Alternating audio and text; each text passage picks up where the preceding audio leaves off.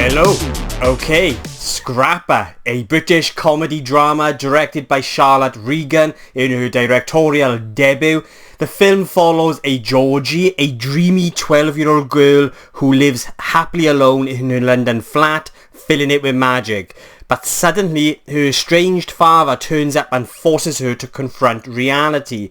Now, ever since watching the trailer to this film, I've been really looking forward to it. I kind of like, in regards to the humour, I just kind of liked the vibe. What this movie was for me was a snapshot into the life of a young, broken family in working class Britain. And it's through the cinematography and the direction and just the framing of a lot of scenes and just the way they film a lot of these moments within the movie that truly captures the grittiness and realism of this side of Britain. And I really dug it. And for me overall, this experience felt like just a series of snapshots due to the lack of story and the predictability of it all. But it's the way in which these characters are written and brought to life through their performances and the insight that we do have into these characters' lives that it makes it feel so real and relatable, and that just makes this overall experience worthwhile. And it was just all elevated. This experience was elevated by the stellar performances by our two leads, our two main characters.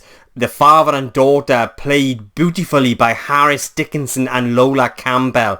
Lola is superb as the daughter who finds herself grieving her mother's death. She gives such a real, funny and natural performance from, such a young actress. I just found myself mesmerised by her performance. For a child actor, she was superb. And the same goes for Dickinson, who plays the father. He gives this very real, raw, natural performance that just allows you to sort of relate to these characters and believe in these characters' journeys and their experiences and just buy into the whole situation. And, a lot of that is actually aided by the way in which this film is shot and directed. Like I said previously, I feel like they really do a good job at capturing this side of Britain, but it's all elevated by these fantastic performances by our two lead actors, Lola Campbell and Dickinson. They are beautiful in this movie. When it comes to the comedy aspect of this movie, there's a lot that I liked and worked for me, but at the same time they attempt to create this offbeat,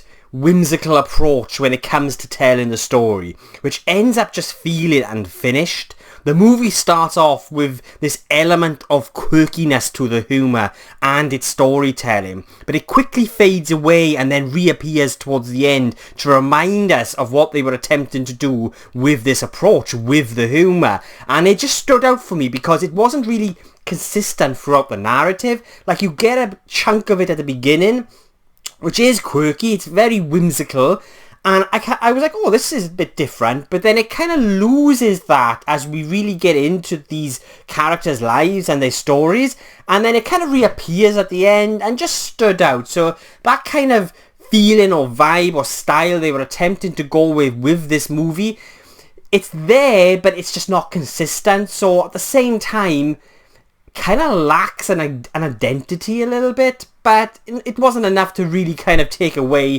from, just sort of knock me away from the movie or just take me out of the experience. Patrick Johnson scores the music for this movie, and it's just simply beautiful. There's this particular piece of music that accompanies these moments dotted throughout the film that kind of builds this like very slow, gradual build up to a reveal within the third act.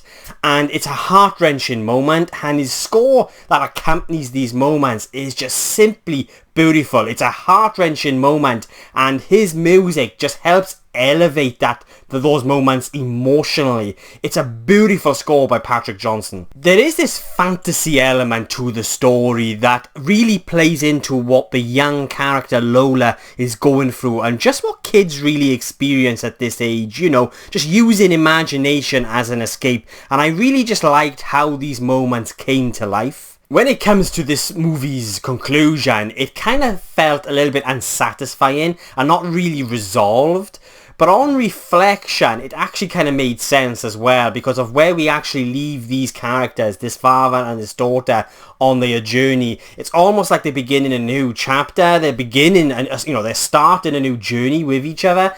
And so on reflection, it kind of made sense, but in the moment, just this overall experience, the way in which it sort of kind of concludes, was a little bit perhaps unsatisfying and felt a little unfinished. But I think a lot of that kind of just plays into the style, this kind of whimsical style they were also going for when it comes to the humour and comedy, and that kind of also felt just a little bit incomplete. So I'm not sure if that was kind of just clouding sort of my feelings a little bit. Scrapper for me never really reaches the emotional dramatic heights of maybe other movies like this, but it's a heartwarming, charming, beautifully told story about two characters, a daughter and a father, finding each other and starting anew. It's the direction and performances that make this journey worthwhile, even if some of the aspects for me just didn't quite work.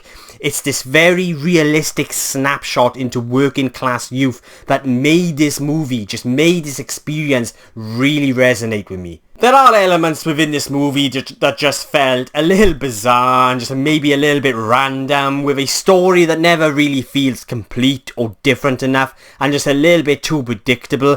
But overall, this film was a very wholesome, pleasant experience, elevated by very smart writing and stellar performances from our two leads, Dickinson and Lola Campbell. It's those two performances for me, along with the writing, that just really made this experience it's made the experience resonate with me emotionally and just really helped immerse you into these characters' lives. So yeah, Scrapper for me was a very pleasant experience that I feel really manages to capture that kind of grittiness and realism of this side of Britain, the youth, the working class youth of this side of Britain. And a lot of that is also achieved through the direction and just the way they frame a lot of the shots. It's a very charming, wholesome experience that I do recommend. Like I said, there's a lot of aspects that just didn't quite work for me, but I liked it. And so yeah, Scrapper will be getting a 7.5 out of 10.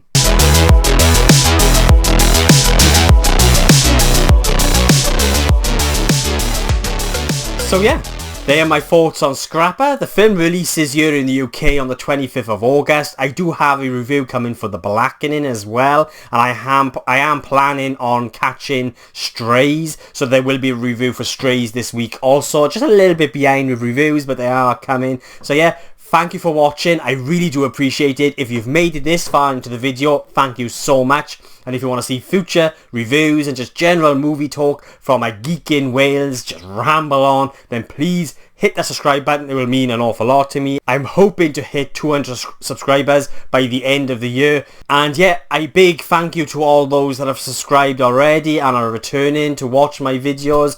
It means an awful lot to me. I'm just this random Welsh geek who just has a massive passion for film and TV, and for me this is a conduit to sort of just allow me to express that passion to like-minded people. So it means a lot when people watch and like my videos and subscribe. So yeah, thanks for watching. I really do appreciate it, and I'll be catching you guys soon.